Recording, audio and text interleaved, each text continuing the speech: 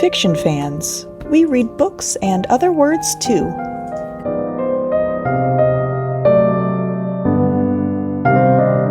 Hello, and welcome to the very first episode of Fiction Fans. I'm Lily. And I am Sarah. Well, Sarah, I have a question for you. What are you currently reading? I am reading the letters of J.R.R. Tolkien. Well, actually, no.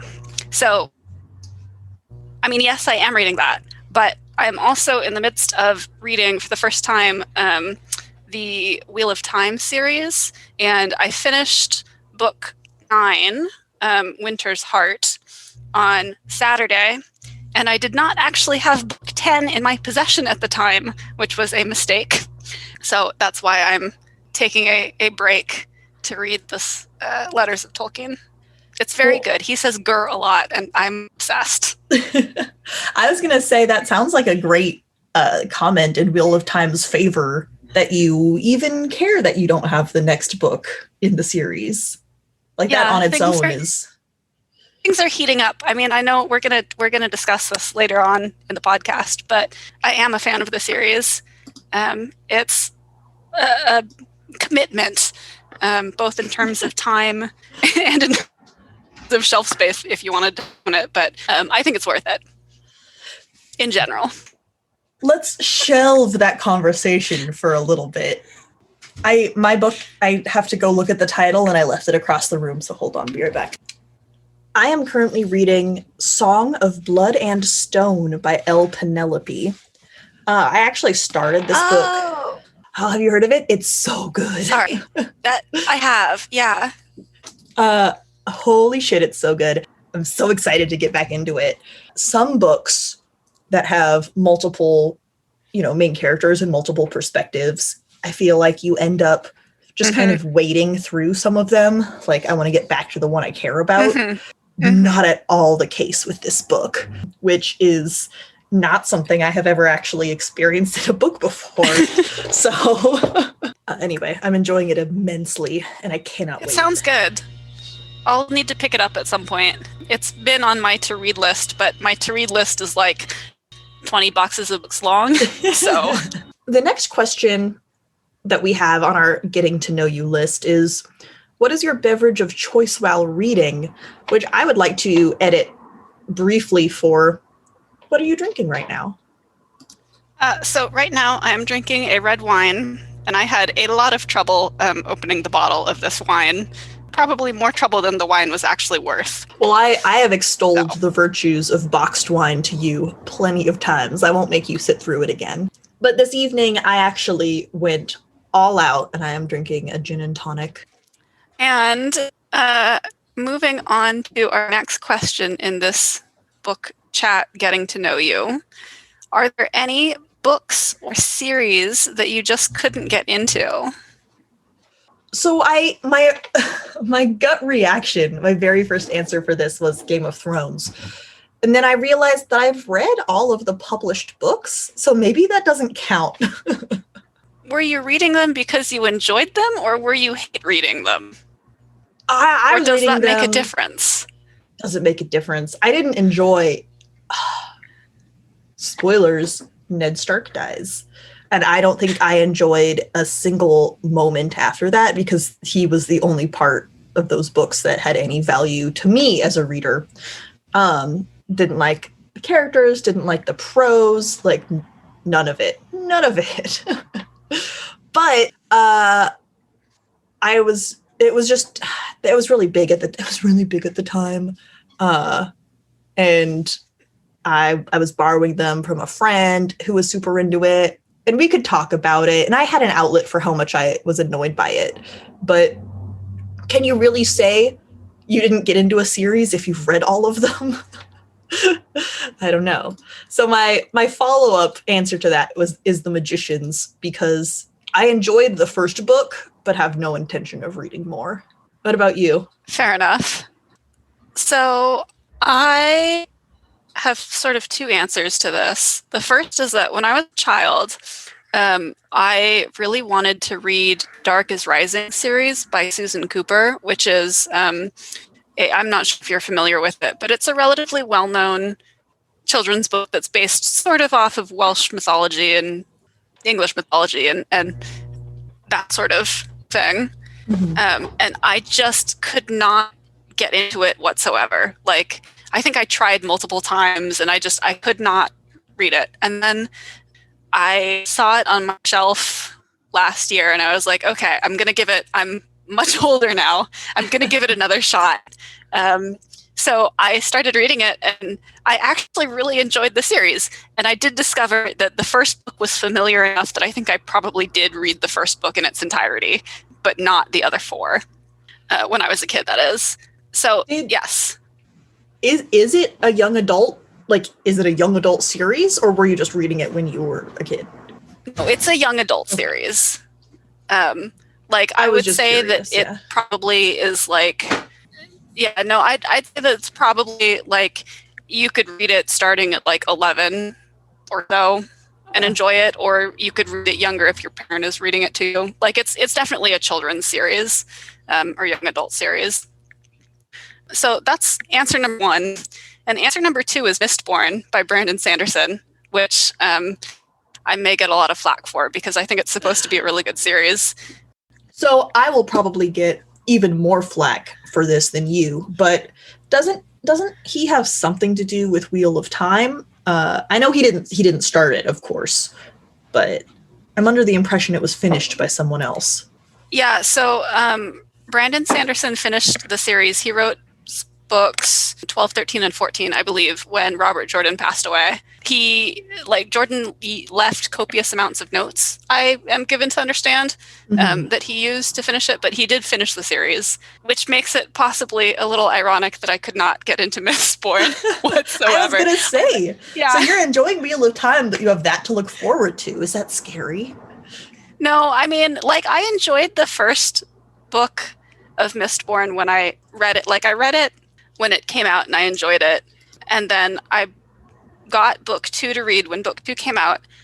But at that point, I had forgotten entirely what was going on. So I wanted to go back and read book 1 before I started book 2. So I knew what was happening. And I just could not finish it. Like, I got halfway through and I just could not finish whatsoever. So maybe at some point I'll go back to it and get another go. Because I have heard good things about it, and it's supposed to be a really good series. But that is the current series that I just could not get into.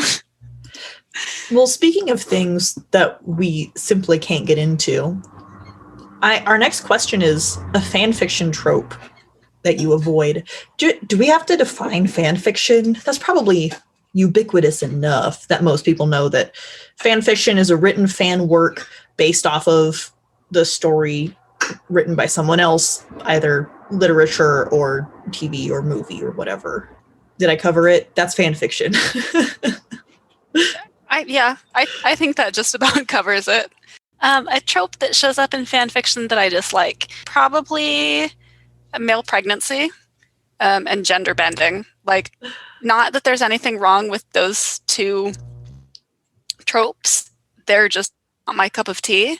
So if they show up in a fic that I'm reading, I will usually stop reading, which is easy. I know how to use the back button, and I just go back and find another fan fiction and move on with my life. Oh, I was going to say it's even easier because it'll just most of the time be tagged, and you don't even have to be surprised. The tagging system exactly is pretty extraordinary. The trope that I would say it's not an automatic backspace for me when it shows up. There have been a few pieces that I've read that I enjoyed, but for the most part, anything about soulmates is just not interesting. It's not a concept that interests. It's not a like I said, if someone twists it in a certain way or takes it somewhere else, it can be fun to read. But for the most part, it's just not something that I'm interested in. Interesting, because that's a trope that I enjoy. I mean, not that I go out of my way to read it. Yeah, but I do enjoy the soulmate trope. and the many and varied ways in which it can be written. That's so well, that's also why we're doing this, right? Because we disagree. If we agreed on everything, that would be boring as hell. That would not make for an interesting podcast. That would make for, like you say, a very boring podcast. Almost as boring as soulmate fan fiction. Oh, I said it. Lies. Rude. I would throw a pillow at you if we were in the same room. Oh, that's the real reason why we're recording this far away. No, who cares about the pandemic? Who cares that we live in different states? It's just so I can't toss things at you when you're being rude. Exactly. I know me. You lucked out this time. Okay. If you could have dinner with any author, living or dead, who would it be? Okay. I feel like the obvious answer is Tolkien, but hear me out. A dinner party with the Fitzgeralds would be so dramatic. I think that would be such a night. I can't man. That would definitely be an interesting occasion. But those are two different answers, right? One is, I would really love to hang out with this person. And the other one is, I would be fascinated to witness this train wreck. Yes. Yes. They are two very different things. You're right. What about you? I'm not sure, actually. I don't want to go to dinner with Tolkien, but I would love to attend a lecture by Tolkien, which is not quite the same thing. I think that if I was going to have dinner with anyone, right now, the author that I would like to have dinner with would be Freya Stark, who sounds like a fan fiction love child of Loki and Tony Stark. It's true. But she was a real person. She was a diplomat and a travel writer and sort of semi-professional archaeologist and just all around really interesting character. And I read a book of her letters, which were witty and fun and well written, and I think she would be a great person to just have a chat with. I was excited to hear about her just when we were texting, and you didn't even share half of that cool stuff, so now I'm 10 times more excited. Yes, I had to save some of the good stuff for the podcast. You'll have to tell me and our scores of listeners all about her very soon, because damn. We will definitely be having a section on Freya Stark because Freya Stark is amazing. I will prepare some quotes from her letters. Oh, yeah. And by that, I mean, I will go back into my tweets because when I was reading that book, I was tweeting a lot of really cool sound bites from her letters. So yes, we will have a section on her because she deserves the section. Excellent. That made us sound very serious, but to bring it back more serious what we than know we and are. Love, exactly. If your pets wrote a book, what genre would it be? So pugs, Mr. Squeak, who is a girl despite the name, because Miss Squeak just did not sound as good. And she is definitely a Mr. Squeak. Like in her behavior, in her looks, she is Mr. Squeak all the way. So I have Mr. Squeak and I have Snorri, who is my other pug. And Mr. Squeak would definitely write murder mysteries, a la Agatha Christie.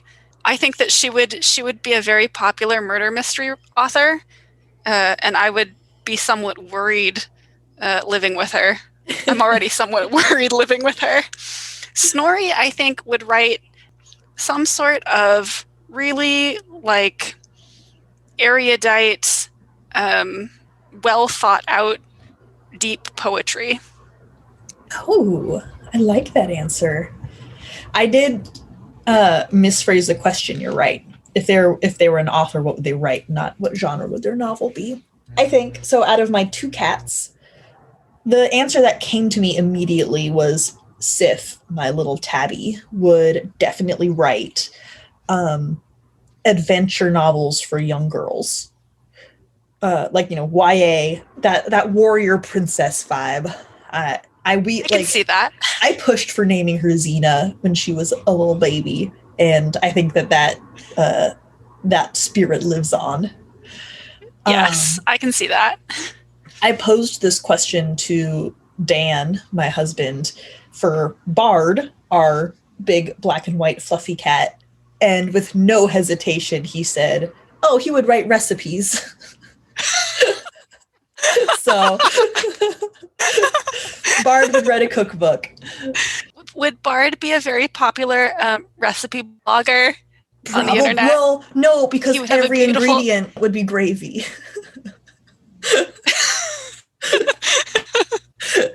He's still a cat after all. He would have a very niche audience. Yes, but it would be popular within his niche audience. Mm-hmm. What is in your to be read pile? I won't read off all of these. As part of my current author crusade, I did. I have a stack of books I bought this summer and have not read yet. So all of them in that stack, but just picking one, is Dragon Sword and Wind Child by Noriko Ogiwara. Interesting. Never heard of it. So like I said, I was just looking at lists of current authors that had published fantasy novels recently. And it has a very pretty cover. What's it about? Should I just read you the back? I haven't read it yet. I don't know. Yes. Well, no, but I want to, if we're going to talk about books, you know, we might as well make it interesting for the audience and hype up this current living author. I should say I assume they're still alive. Like I said, I bought this book a couple months ago. The God of Light and the Goddess of Darkness have waged a ruthless war across the land of Toyoashihara for generations. I wouldn't say I butchered that, but I probably did it wrong. But for 15-year-old Saya, the war is far away. Until the day she discovers that she is reincarnation of the Water Maiden and a princess of the Children of the Dark. Raised to love the light and detest the dark, Saya must come to terms with her heritage, even as she tumbles into the heart of the conflict that is destroying her land. I won't finish reading this entire paragraph, but it seems just like a good old two-side conflicted young girl. Like, give me that. I'm all over it. Yeah, it sounds like a fun read for sure. I'll be interested to hear what you think about it when you finally read it.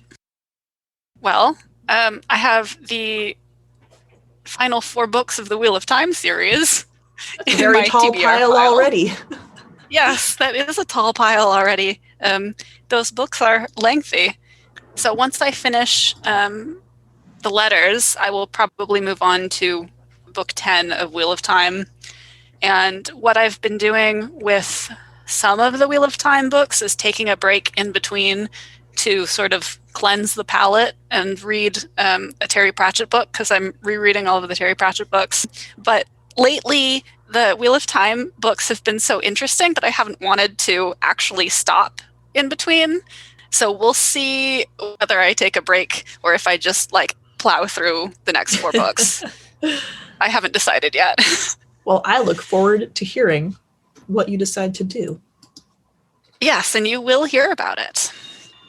The next question is a trick question. Why did you even put it on this list? I thought it would be an interesting question. Okay, other than The Lord of the Rings, what is your favorite adaptation? Okay, you can edit the question. Yes, you can edit the question. Because obviously, it's Lord of the Rings. I love the Baz Luhrmann adaptation of The Great Gatsby. I have loved most of Baz Luhrmann's movies. And then when I found out that he was doing The Great Gatsby, a book that I also love, it was just a match made in heaven. The music choices, incredible. The casting, on point. There's nothing about that movie that disappointed me. I just think it did such a good job of giving the right vibe and telling the story, but also staying true to sort of the ambiance of the book. Seeing as how I have neither read the book nor seen the movie, I cannot comment. Well, you'll have to take my word for it. It's good. I will have to take your word for it, yes. Just imagine Beyonce in the 20s. My favorite adaptation, I think, would have to be the recent TV series of Good Omens.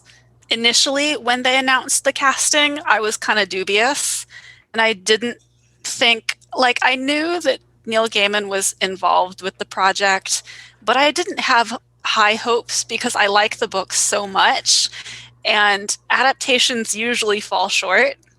And then I saw it and I was like, this is perfect. It entirely captures the feel of the book and like the in-jokes, and just has all of the scenes, and it's a comfort watch. Like, I could watch that over and over and over with no breaks and I would be happy. He also did such a good job with Stardust. I think his sort of foundations in screenwriting really come through when you get an adaptation of one of his works. Yeah. Well, Stardust in particular, I think he actually wrote the screenplay. So, like, of course he did what he wanted to do. I know he did a lot of the script writing for, or all of the script writing for Good Omens, which is part of the reason why it's so good. Okay, that makes total sense then. Yeah. Yes, so checks out. But my runner-up would be the Prince of Tennis musicals, because I have a very fond spot in my heart for them. Prince of Tennis is a manga about ostensibly middle schoolers, but some of them look like adults and get mistaken for adults. So they're basically adults, ostensibly middle schoolers playing tennis. Which is apparently a life or death situation. It's not magical tennis, but some of the times it seems like it is. There is, in the anime movie Prince of Tennis, or one of them, I think there's two movies, there's a scene where one of the team captain's serves is the meteor that takes out the dinosaurs, and it's just way over the top. Anyway, that's not my that's the anime, not the musicals, but the musicals are brilliant and weird, and how in the heck can you have musicals about high schoolers playing tennis? Why would that be interesting? But it somehow is. So that was my honorable runner-up. Honorable mention / runner-up. Yeah, I almost want to say weird is always good, which I'm going to immediately backtrack and say, of course it's not always good. But at some point, weird is great. Weird is often good. Just for the sake of itself, yeah. Mm-hmm.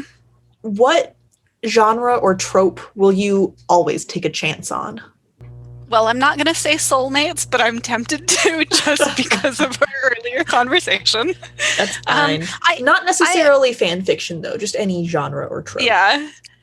I mean, I honestly don't know, because, I was trying to think of it, and I couldn't really pinpoint, trope that I would go to or read, whenever I found it, so I'm going to have to pass on this. What about you? Oh, amnesia, definitely. Any kind of memory loss. Something about that is just so fun. I don't know. Romance, but also not necessarily in romance. I will say I think it's the 4th Southern vampire mystery novel, which you may know as True Blood, by Charlaine Harris. I think it's the 4th one. One of those books does the amnesia trope, and it's so good. But also, anytime memory loss or amnesia comes up, I'll probably enjoy it, no matter if it's good or not. Do you have a book that you read that was a struggle, but ended up being worth it? So, again, this is partially out of contrarianism, but The Magicians. I thought it was kind of difficult to read the first book, but once you do that, it really picks up, and I enjoyed the other 2 books immensely. So I would say that it is worth pushing through. Oh, is it only 3 books? It's only 3 books, and they're not even that long. All right. Yeah, Maybe it's worth it. You can Okay. do it. You can do it. Maybe I'll have to change my answer to series I'll never finish then. It's just the first book was not good enough for me to read 10 books. Let's just say that. Fair. Yeah. Fair. Definitely. If the series had been 10 books, I probably wouldn't have pushed on either. But it's only 3, and it's worth it. I think it's worth it. Okay. My answer to that question is, without a doubt, Cloud Atlas. I started that book, no joke, no exaggeration. I started it at least 4 times, hit about 50 pages in, and just could not do it. I just couldn't do it. I don't know what it was. It just did not. I couldn't get into it. But then I kept trying. Everything I read said that this is a good book. And I was like, are we reading the same book? I eventually got past 50 pages and then burned through the rest of it. It was great. It was fantastic. I loved it. But I still, you have to trust that it's going somewhere. Yeah. I have never tried to read it. I think I watched the movie, and all I can remember is that Ben Whishaw is in it, and I like Ben Whishaw, but I don't think I particularly cared for the movie. I haven't seen the movie. I mean, I would like to, but that's just haven't yet. You know how it goes. Yeah, I know how it goes. I mean, I don't think I disliked the movie. I think it was just take it or leave it. Fair enough. If it was anything like the first 50 pages of the book, I don't blame you. Yeah, well, that I can't speak to, but eventually at some point you'll have to watch the movie and then tell us how it compares. So for these next 2, I only have an answer for one, and it looks like you only have an answer for the other. So shall we just announce them? Sure. My favorite nonfiction book is Dataclysm, which was written by one of the founders of OkCupid. And it's an exploration of the data from online dating. And it's so good. Ooh. It's fascinating. Oh my God. That sounds really interesting. Oh, you gotta, okay. I might have to go out and find myself a copy of that. It's phenomenal. He does a really good job. I don't remember the author's name right now, but he does a really good job of explaining sort of the parameters of what he was looking at. And so it feels very like, if you've taken any statistics classes, it all checks out. I'm not going to say I'm a statistician, but the little bit that I know, it all checks out. And there's some really fascinating graphs, and he talks about the shortcomings, like this is what the data looks like, but here's this big caveat. And so who knows what it could actually be or whatever. And this, on a more personal note, I did meet Dan during the time that the data is taken from about a decade, if I remember correctly. So it's a huge chunk of information aggregated together. And so I'm in there. So that's kind of fun.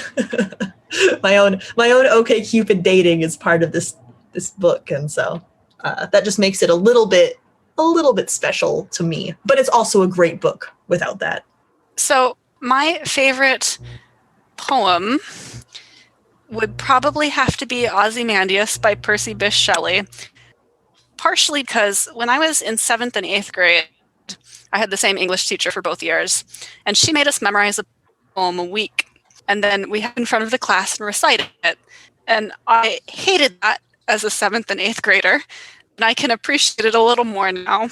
But the only poem that I actually remember from that time is Ozymandias. And there's also a family connection because our grandfather wrote extensively or researched extensively on Ozymandias, and he taught English. And so I went home and said, I'm learning Ozymandias by Percy Bysshe Shelley. And my father was like, oh, Granddad would know all about that. So that's partially why I'm so fond of the book. Not book, poem.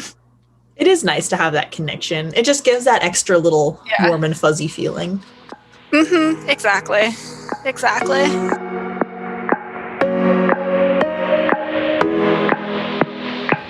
So, Sarah, earlier we were talking, and you mentioned a good omen for the beginning of our podcast. Now, this is a little bit outdated at this point. However, it was very timely at the moment, and so I think it still deserves to be addressed. Yes. So the good omen, and I call it a good omen simply because, I mean, besides the fact that it is a good omen, but that is also like good omens, which is why it's not a great omen. It's just a good omen. So we had our obviously our first official podcast, but we had a recording session, a brainstorming session last Wednesday to sort of discuss what we were planning to do with the podcast. And that was our first official meeting for the podcast. There is a fan fiction that I started reading probably back in, 2009-ish or so. Really, really good. Long, plotty. The characters are well developed and do interesting things and have interesting relationships. And I am discovering that I use the word interesting a lot. Yes. Well, I would hope it's plotty if it's been going on for that long. But I've definitely read fic where it's been going on for a long time. Like there's this one fic that's like 90 chapters long, but it's a mediocre fic and the plot sort of went off the rails a long time ago. So this is in contrast to that kind of story. Right. And I will clarify, fic is short for fan fiction. We are speaking of a fan work right now. We are speaking of a fan work right now. So this is a Harry Potter fan fiction called Prince of the Dark Kingdom. The author is Mizuni-sama, I believe.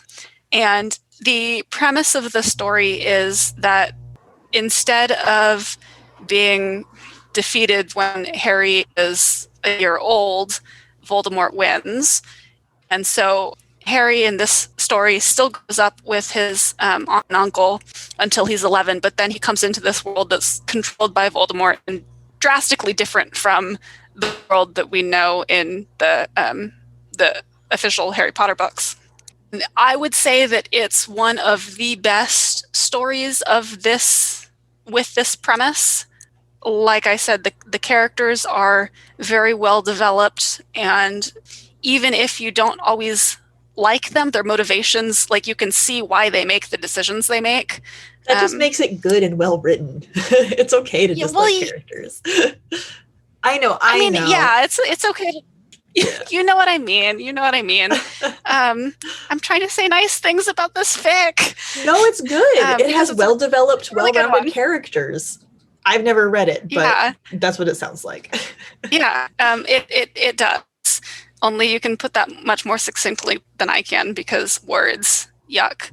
Anyway, so there's this fic, and it stopped updating a good number of years ago. Like, I want to say 2013 or 2014 or something. It's been a long time since this story updated, which was a shame because they had gotten, like, the story starts when Harry's 11, and they had gotten up to his 5th year, so he's 14.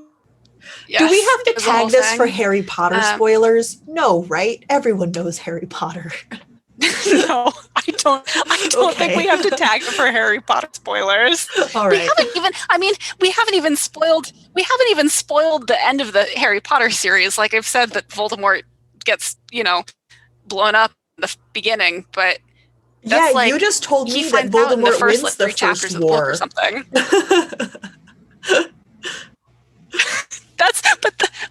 Unless you're talking about are we giving spoilers for this story? But also I don't think so, because that's a very basic premise that is you discover when you read the fic, you discover that in the first chapter. So I don't think that's a spoiler. I'm gonna call first 10% of any work not a spoiler. I'm laying that down. If it's in the first 10%, it's not a spoiler.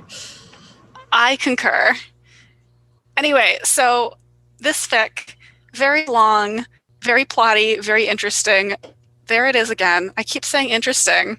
Well, you enjoy reading it. I need to expand my vocabulary. And you want to know what happens next. Yes. I mean, I'm not saying, what I'm saying is that I've discovered in the course of doing this podcast that I use the word interesting quite a lot.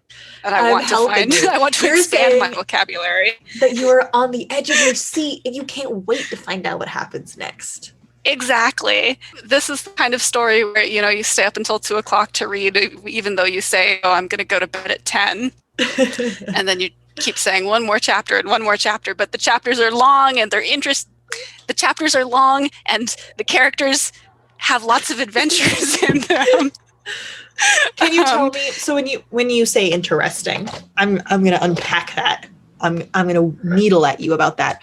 So you don't know what's going to happen next, or you're enjoying the journey? Like, which one of those is it? I mean, I'd say both of them. Because, and granted, it's been a long time since I've read this fic. I need to go back and reread it. But you want to find out what happens next. Like you're intrigued by what's going on. Anyway, so the long and short of it is there's this really good story, hasn't been updated in years and years and years and years and years. It's one of my biggest regrets that this long plotty story that I would give my left arm to see the end of to see it finished it's never gonna be finished. It's never gonna be updated. I'm resigned to that fact because it's been 6 years. And then the day of our first podcast session, our planning session, I check my email and there's an update. I mean, granted, it was just an author's note saying, yes, round of applause. This is where I insert the roar of applause sound. Is that a thing? I can probably do that, right? I'll figure it out. You probably can do that. Yes. So granted, it was just an author's update or an author's note saying that the fic was not abandoned and it would be coming back to it. But I still took it as a good omen because life on a fic that I had given up for dead. It was very exciting. In all of the, and that is the good omen for this podcast. I mean, I agree. In all of the thousand plus days that they could have had an update, that actually does sort of bring up an interesting topic that I want to discuss, and that I know we are on maybe not opposite sides of, but maybe we are on opposite sides of, which is the risk assessment involved in starting an incomplete work. And at first, I was sort of framing this as a fan fiction conversation because I think that's one of the instances where you are reading something as it is being written. And I guess technically book series are the same way. But actually, I think Game of Thrones is a really good example of this in the sort of professional publication world. Is there a better phrase for that? I was just going to bring up Game of Thrones, actually. Yeah. No, I mean, I think that's a fine phrase for it. Professional versus amateur. I feel like that's the best delineation. I mean, professionally published versus not professionally published. Yeah, I don't want to diss self-published works, but I just fan fiction versus, original works. There we go. Yeah, fan fiction versus original works. I personally mostly encounter this in the fan fiction world, by which I mean I don't encounter it because I run screaming in the other direction and refuse to even attempt. But Game of Thrones is a series that was started that people have been following for years, decades. I'm not actually sure when the first book came out, a very long time ago. And it's an ongoing series that when's the next one coming out? No one even knows. And other than Game of Thrones, I would argue that I assume if a book is published, the story will be finished. That's kind of an assumption that I have, which is probably wrong. And I feel like people have maybe been disillusioned with that system with Game of Thrones. Yeah, I mean, I think you're right in that when you see a published work, you do kind of assume that there will be another published work to follow it if it's part of a series, and that eventually the series will be completed. Mm-hmm. Well, because you do get the problem of, for example, Wheel of Time, which we were talking about, where the author died before he could finish it, and if he wasn't so clear about where he was going with the series, would his estate and his widow have been able to find another author to write the last couple of books. I don't know. I'm not familiar with that situation. Do you have any idea? I mean, I don't know what sort of preparation he did. I had known nothing around the circumstances of his death. Oh, during his last days, the writer began dictating onto a recorder how the prologue for the final book would play out, and feverishly scribbling down the ending he had kept stored away in his mind for the past 17 years. This is according to the Los Angeles Times that came out in 2008. So it sounds like interesting. He did know he wasn't going to finish it, and so he annotated for that purpose. Doesn't make a big difference. That I was just curious. But so the point is, starting something that hasn't been finished, I actually take a very similar view of television shows. Just any story that, well, any story. We used plotty earlier, and I think that takes place now. Like, that's relevant now. Because, like, Brooklyn Nine-Nine, who cares? It's episodic. It's whatever. But then you have shows like, I'm going to use Stranger Things as an example, but I think they do a good job of ending each season not knowing if there will be another one. And I appreciate that about them, though. So you think that each season is fairly self-contained? Each season has its own story. And there is the overarching, like, and they do, like, leave hooks for next season. Like, of course they do. But they complete what they started out doing in each season, which I appreciate. Not to have Firefly PTSD, but I really dislike shows that end when they weren't supposed to end.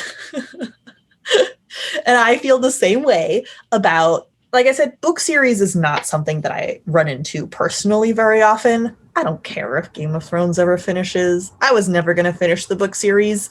And the show ending doesn't bother me because it's about as good as the rest of it. I said it. But that's also why I do not start fan fiction that hasn't been completed. Just, it's a heartbreak I'm not willing to take on. For me personally, if I was not willing to start an incomplete fic, I would be reading very little fan fiction. And as it is, I read quite a lot of fan fiction. So I don't mind starting an incomplete fic if the story sounds really interesting and I really want to read it. I will wait until there are a couple of chapters because that at least shows that the author is, for the time being, and obviously things can change, see this wonderful story that was not updated for 6 years, that had been up until that point updated on a fairly regular basis. But at least if there are a couple of chapters, it seems like the author is committed to seeing the story through. On the other hand, if the fic is incomplete and it hasn't been updated, if I'm coming to like a story not as it's currently being published, but it has a couple of chapters and the last like update date was in 2018, then I won't read it because I don't think that there's a good chance of finishing it. It's always very interesting to me when, at least on the website Archive of Our Own, and it will show the number of chapters it's supposed to have, right? Because it'll do like out of 9 or whatever. And it'll say when it was published. So say it was published in July 2018, and it has 5 out of 9 chapters, and it was last updated September 2018. And it's like, oh, you cranked these out and you have no intention of ever coming back to this. Why should I waste my time on a story you did not want to finish? Yeah, I mean, like, that's the kind of story that I wouldn't bother to start. But if there is a story that, say, someone published it 2 weeks ago and it sounds interesting and there are 2 chapters, I'll give that a shot because I'm willing to take a chance that the author might continue updating. I don't think I've ever run into that. It's either like last updated 4 years ago, sucks to be you, or it's finished. Like, I don't think I really run into the in-between. That could be because we do read very different types of fan fiction and also different fandoms, different, like, origin works. I don't read any Harry Potter, for example. Yeah. And I could definitely see that series lending itself to more long form. Yeah, Harry Potter is basically the only thing that I read, really, in fan fiction wise. Despite not actually being a huge fan of the source material. I don't like Harry Potter, the books, that much, and I really don't like J.K. Rowling as a person. Well, I don't think anyone's going to argue with you with that at this point. No, probably not. But somehow it's the Harry Potter fanfiction that I keep coming back to. I've always been kind of amused by that dichotomy, you know, like not actually liking the source material, but liking the fan work. It's kind of strange.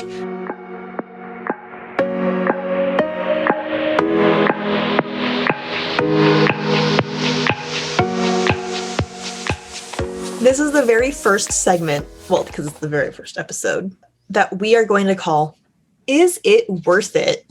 Where we discuss books with no spoilers, because otherwise, what's the point?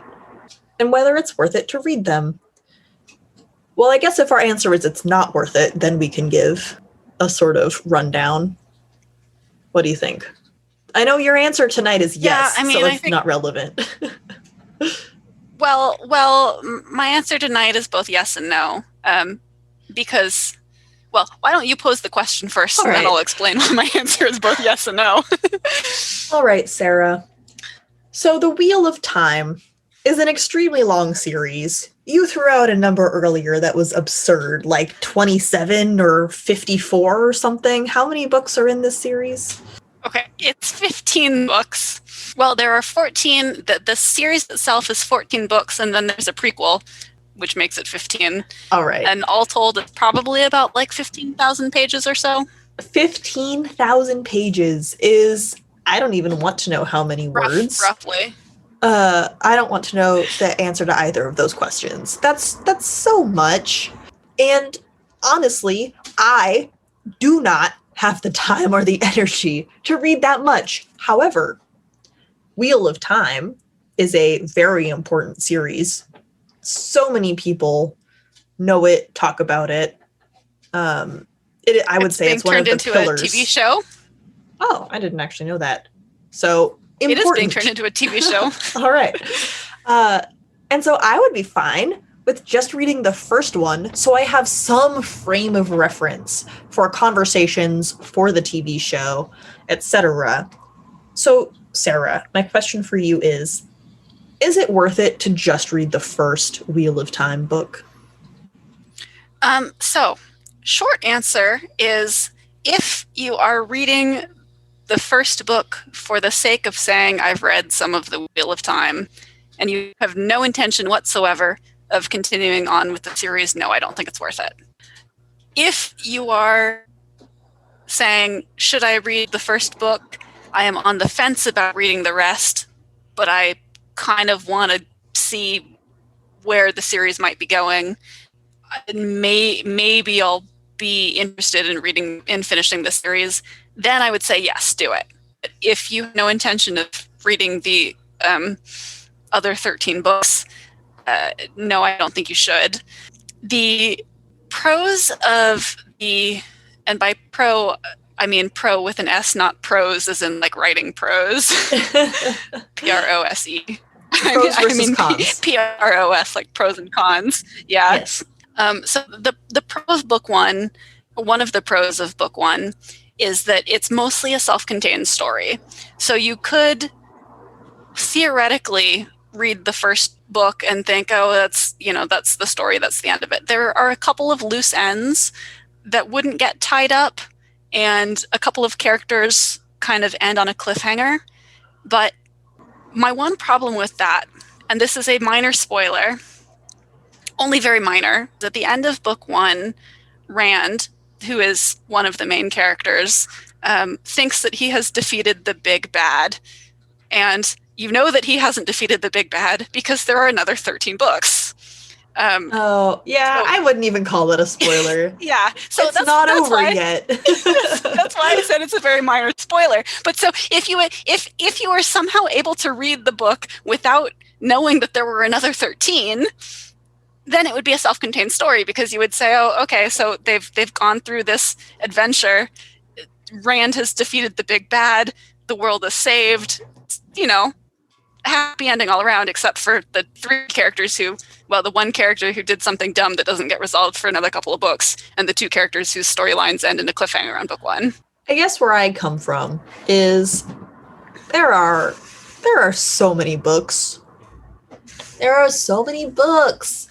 And what I've heard about Wheel of Time is not compelling enough for me to sink the required time into reading the whole damn series. There's a finite number of hours in the day. I can't do it. It's definitely a commitment. Yeah, it's definitely a commitment. I think it's worth it. Overall, like, I'm really enjoying the storyline, and I'm really enjoying how the characters grow. There's also a lot of really interesting politicking going on. It's like Game of Thrones, but better to me. Like, well written, with characters whose motives I understand, even if I think they're dumb. And there are some characters where I'm constantly screaming, like, oh my God, you idiot, why are you doing this? Like, why are you so dumb? But I can at least, like, understand where they're coming from, and it makes for a compelling story. They're consistent. And it makes for, they're consistent. Yeah, there's consistency there, but there's also growth. And, like, all of the main characters, or many of the main characters in books 1 and books 2 and part of book 3, I just find annoying. Like, you kind of have to, I had a really difficult time getting through the first couple of books. I first picked up the series about 10 years ago, and I read book 1 and I read book 2, and I never got any further than that. Yeah? That was actually my next question. If it's not worth it to just read the first book, how much time, like, at what point do you give up? Like, you obviously are going to see the series through to the end, but for someone who is on the fence but is considering it, how many books should they read until they decide, like, no, this isn't for me? I found that the first 2 books I kind of had to power through. And I think that things for me started getting really intriguing, and like, I wanted to keep reading at about book 3. Okay. So if you're at, like, the book 3, book 4 mark, and you're still thinking, no, I'm not enjoying this, I would give it up then. Okay. Like, I think that like if you're not enjoying it at that point, I think you've spent enough time trying to make it work that you know that it's just not going to work for you. Yeah, I still say it's worth reading, but like you say, there are a finite number of days and hours. Why would you bother spending all of your time trying to read 15,000 words if you hate most of them? Yeah, and where is the turning point of, okay, I have enough foundation. See, you use the word interesting, and I've used the word foundation too much. Where do you have enough of a jumping off point, which is just a synonym for foundation in this case, to say that I probably won't like anything else? Yeah, so you're saying like 3 or 4. Said, 3 or 4. If you finish book 4 and hated all of it, just stop. Yeah, then don't. Yeah. Okay. Because for me, I can't remember if it was really, like, where it was in that divide between book 3 and 4 that I started really enjoying the series, but it was around there. So if you're still hating it by then, I think you've given it enough pages, you've given it enough reading time that you should go and do something that you actually are having fun doing. Oh, I should say that there is a thing called the slog, which I have read is supposed to be books like 9, 10, and 11, which are books that one has to power through. I thought book 8 was kind of slow. I had to use the incentive of drinking wine to get through book 8, but book 9, on the other hand, I just flew through. So take the slog with a grain of salt. Obviously, I can't speak to book 10 because I haven't read book 10 yet, but I really enjoyed book 9. I don't think it deserves to be called a slog. I thought it was a good book. Honestly, that just makes me want to read book 9 and nothing else. And I know that's not how series works, but you were being contrarian earlier. You would be very lost. It's my turn. It's my turn to say, well, that's the only one I want to read then. I think my favorite book of the books that I've read so far, I think my favorite book was book 4. It might have been book 5. I can't actually remember exactly because these are a lot of books and they're very long and I read them in a short period of time. So they all kind of, smushed together in my mind. Mm-hmm. But I think that book 5 thus far has been my favorite. I'm probably never going to read these books. No. Well, I shouldn't say that. I am unlikely to read these books. There's too many of them.